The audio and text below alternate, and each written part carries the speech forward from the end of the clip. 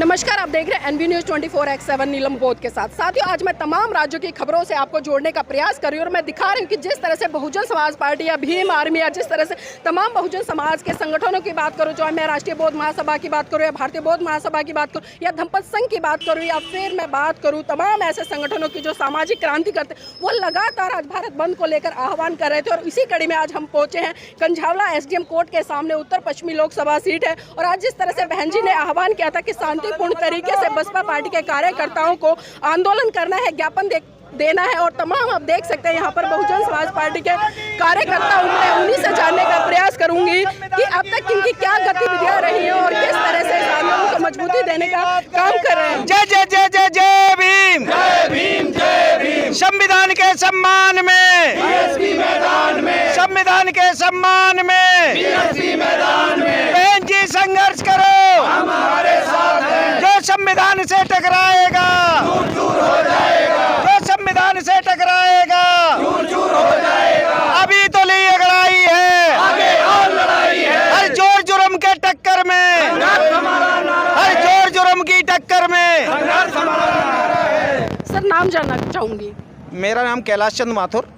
कैलाश चंद माथुर जी, आज आप लोग यहाँ पर जुड़े हैं हजारों की संख्या में, तो जानना चाहूंगी उद्देश्य क्या है यहाँ पर जुड़ने का। देखिए, ये जो जिस तरह से हमारा आरक्षण में वर्गीकरण लागू किया सुप्रीम कोर्ट के द्वारा, सही मायने में तो जो बीजेपी सरकार है वो संविधान को ख़त्म करना चाहती है, लेकिन उसको SC ST के वोटों की चिंता सता रही है, इसलिए उन्होंने खुद ना करके सुप्रीम कोर्ट के द्वारा वो काम करवाया है, जो हम लोगों को मंजूर नहीं है। हम SC ST के भाई हैं, हमें आपस में बांटने का जो काम किया जा रहा है वो उसके खिलाफ हम लोग जो है यहाँ पे ज्ञापन देने आए हैं DM साहब को, और ज्ञापन हम लोग दे चुके हैं, उसकी रिसीविंग हमारे हाथ में है। और मैं चाहता हूँ कि संविधान से छेड़छाड़ ना की जाए और मोदी सरकार तुरंत इसके लिए आवश्यक संसद बुला के और इसका बिल पास करके इसकी सूची को 9वीं सूची में डालने का काम करें। सर, वर्गीकरण से दिक्कत क्या है आप लोगों को? ये तमाम लोग हमारे दर्शक जानना चाहते हैं, क्योंकि मीडिया पर हम देख रहे हैं या धरातल पर देखें, कहीं ना कहीं आपस में मतभेद छिड़ा हुआ है वर्गीकरण को लेकर। वर्गीकरण से दिक्कत ये है कि हमें भाई को आपस में लड़ाने का काम किया जा रहा है। जिस तरह से बहुजन समाज एक हो रहा है, उससे घबराकर मनवादी पार्टियों ने ये वर्गीकरण का जो ड्रामा रचा है, हम भाइयों में फूट डालने का काम किया, उसका हम पूर्ण रूप से विरोध करते हैं। सर, कितने समाज के लोग उपस्थित हुए हैं यहाँ पर? यहाँ कम से कम SC समाज के 5-7 बिरादरी के लोग तो हमारे साथ में हैं। खटीक हैं, जाटव हैं, धोबी हैं, वाल्मीकि भी हैं, और भी साथी हैं, पासवान भी हैं। ये सभी का है, बहिष्कार समाज है, वंशकार समाज है, ये धानक समाज है, ये सभी लोग इकट्ठे हैं।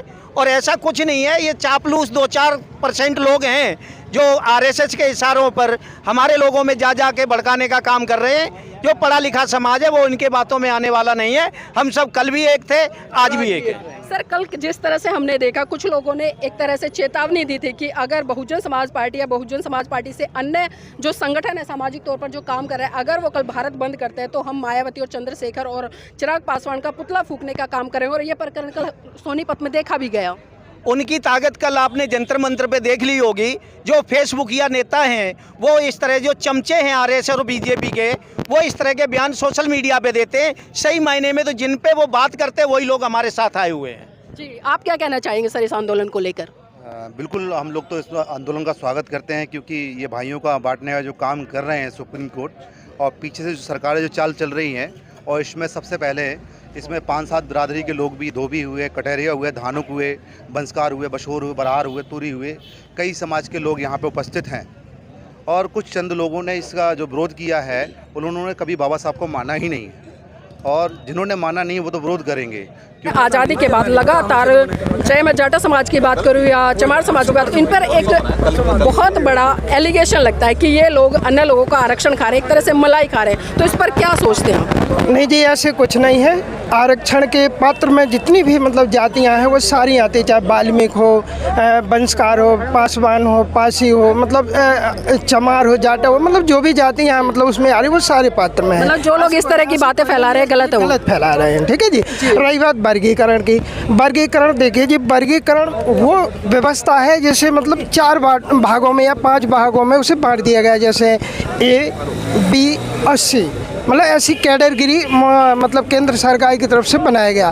तो ये हमें मतलब नुकसान है हमारा, क्योंकि वर्गीकरण से मतलब ये होता है कि भाई हम आपस में बैठ गए। पहले तो इन्होंने जातियों में बांटा, अब जो आरक्षण है मतलब जो हमारे संवैधानिक तरीका है उसको भी ये बांटने का काम कर रहे हैं, इसलिए ये हमें आपस में लड़वाने का काम कर रहे हैं। तो मैं आपके चैनल के माध्यम से देश को कहना चाहता हूँ कि हमें आपस में बंटना नहीं है, हमें आपस में एक बन के रहना है और हमें अपने संविधान की रक्षा के लिए एक आवाज़ उठाना है और हमें ये लड़ाई लड़ना है रोड से लगा के संसद तक। जी सर, जिस तरह से वर्गीकरण का डिसीजन आया सुप्रीम कोर्ट का, किस तरह से देखते हैं आप लोग? इसमें जो वर्गीकरण का जो आया है, जैसे हमारे लोग हैं ना पहले, अब जैसे सही तरह तो ये कि जो हमारे लोग पहले नौकरी कर रहे थे, है ना, अब जिनको क्रीम लेयर मिल गया और अभी ये कह रहे हैं कि उनको क्रीम लेयर नहीं मिलेगा, तो हमारे जो जिन्होंने बच्चों ने मेहनत की है ना, तो वो तो बेकार हो गए। तो ये बहुत बड़ी विडम्बना है। जो सुप्रीम कोर्ट का जो ऑर्डर है ये रद्द होना चाहिए।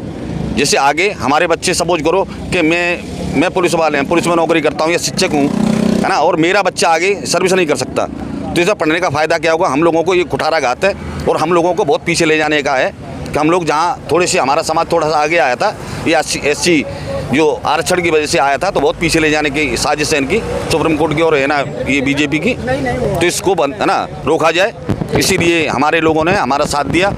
प्रदेश ने हमें आदेश दिया बहुजन समाज पार्टी के तत्वाधान में, और हमने ये किया। तो हमें जो प्रशासन था, उन्होंने प्रशासन से हमारी बहुत मेहनत की। हम सूरजमल स्टेडियम पे खड़े हुए, वहाँ से जब निकले तो हर पुलिस वाले, जब हर थाने वाले ने, सब थाने वालों ने हमें साथ दिया और हम यहाँ तक पहुँचे। मतलब आप लोग नांगलोई में भी ज्ञापन देकर आए हैं? नांगलोई पे ज्ञापन नहीं दिया हमने, वहाँ पर नहीं दिया है? नहीं दिया है जी। तो इसी कड़ी में और भी लोग हैं मेरे साथ में, उनसे भी जानने का प्रयास करूंगी। सर, वर्गीकरण का जो एक तरह से डिसीजन आया कोटे में से कोटा, दिक्कत क्या है आप लोगों को आखिर इससे? आप इस चैनल के माध्यम से मेरा सभी भाइयों को जय भीम। मैडम, मैं ये कहना चाहूँगा कि SC वर्ग को 15% रिजर्वेशन है, ST को 7% रिजर्वेशन है। इसमें ये लोग और सुप्रीम कोर्ट अब क्रीमी लेयर देख रहे हैं। हम 85% लोगों को 49% रिजर्वेशन है, 49.5% रिजर्वेशन है, इनके पास 50% रिजर्वेशन है। उसमें इन्होंने अभी तक कोई क्रीमी लेयर नहीं खोजी। 10% जनरल को इन्होंने रिजर्वेशन कर दिया, जबकि उनकी संख्या ही 15% है टोटल। उसमें इन्होंने क्रीमी लेयर नहीं देखी, OBC में क्रीमी लेयर नहीं देखी। SC वर्ग में और SC और ST में इन्होंने क्रीमी लेयर दिखाई दे रही है, क्योंकि इन्होंने पता है कि SC वर्ग थोड़ा संघर्ष करने में आगे आ रहा है।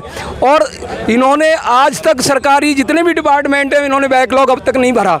अगर SC वर्ग का इन्होंने वर्गीकरण करना था तो कम से कम पहले बैकलॉग तो पूरा करिए। मतलब जाति गणना नहीं है कुछ और, लेकिन इस तरह का डिसीजन दे दिया? कोई जाति गणना नहीं है इनके पास।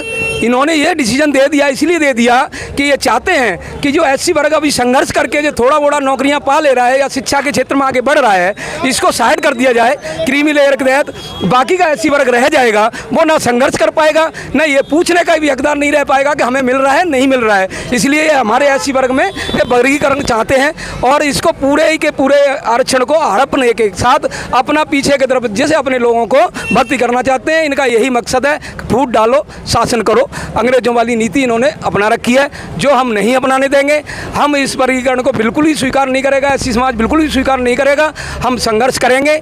आज ज्ञापन दिया गया है और आगे में अगर नहीं सुप्रीम कोर्ट इस आदेश को चेंज करता है या हमारी संसद पार्लियामेंट में नहीं लाती है, जो बहन जी ने बोला है कि इसको अध्याय अनुच्छेद 9 में डालने की सूची में बोला है कि जिससे वो ख़त्म किया जाता है, अगर नहीं करती है तो हम आगे भी संघर्ष जारी रखेंगे। ये हमारी बहुजन समाज का संकल्प है, हमारी बहन जी का आदेश है। बहुत बहुत धन्यवाद सर हमारे साथ जुड़ने के लिए। तो देखिए, जिस तरह से यहाँ पर हमने तमाम बहुजन समाज पार्टी के कार्यकर्ताओं से बात करी और एक चीज़ यहाँ पर निकल कर आई है कि यहाँ पर ऐसी समाज में तमाम जो जातियाँ आती हैं उसके लोग आज इस आंदोलन में शामिल है। और जिस तरह से आज इन्होंने SDM को ज्ञापन दिया और साफ साफ कहा है कि अगर इसके बाद भी सरकार या सुप्रीम कोर्ट सचेत नहीं होती है या संज्ञान में लेकर जो निर्णय दिया है उसको वापस नहीं लेती, तो फिर से बहुजन समाज पार्टी या बहुजन संगठनों के तहत पूरे भारत देश में एक बहुत बड़ा आंदोलन खड़ा किया जाएगा।